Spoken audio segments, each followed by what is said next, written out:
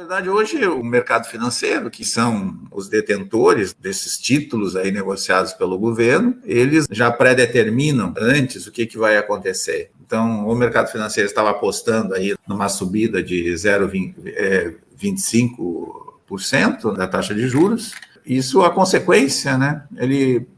Na verdade, ele pune o crescimento e também pune o crescimento do emprego, né? O crescimento da economia e o crescimento do emprego. E o interessante, né? Porque na mesma manchete, ou seja, no mesmo dia, os Estados Unidos, o Banco Central, né, dos Estados Unidos, ele baixou em 0,5%, meio ponto percentual a taxa de juros. Então, aqui nós elevamos 0,25 e passou de 10,5 para 10,75, e lá nos Estados Unidos, que a taxa de juros é em torno de 5%, baixou meio ponto percentual. Eu considero que não faz sentido nenhum, porque às vezes a gente tem que desconfiar dos sábios, porque os sábios que estão falando isso agora deveriam, ou seja, quem está comentando e quem está dizendo, olha, tem que subir a taxa de juros, porque as previsões da economia, elas remetem a que tenha que subir essa taxa de juros, são as mesmas pessoas que estão errando, pelo menos nos últimos 3 anos, as previsões no Brasil.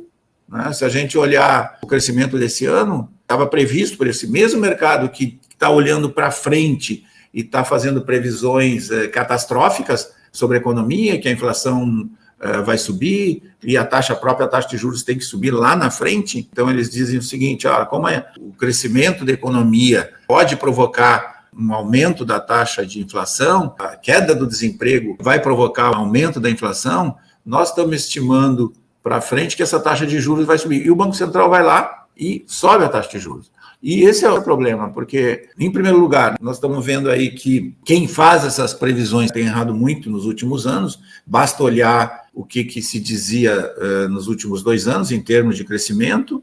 A previsão no ano passado, de 2023, era que o Brasil ia crescer 0,8% e cresceu 3%.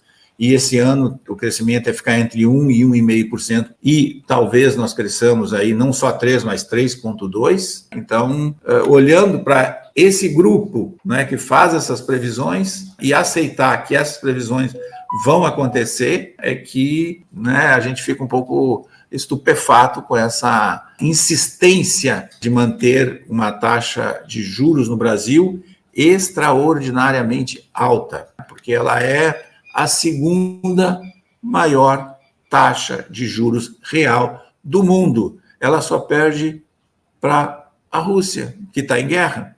Então, a gente vê que isso tem alguma distorção nessa nossa realidade.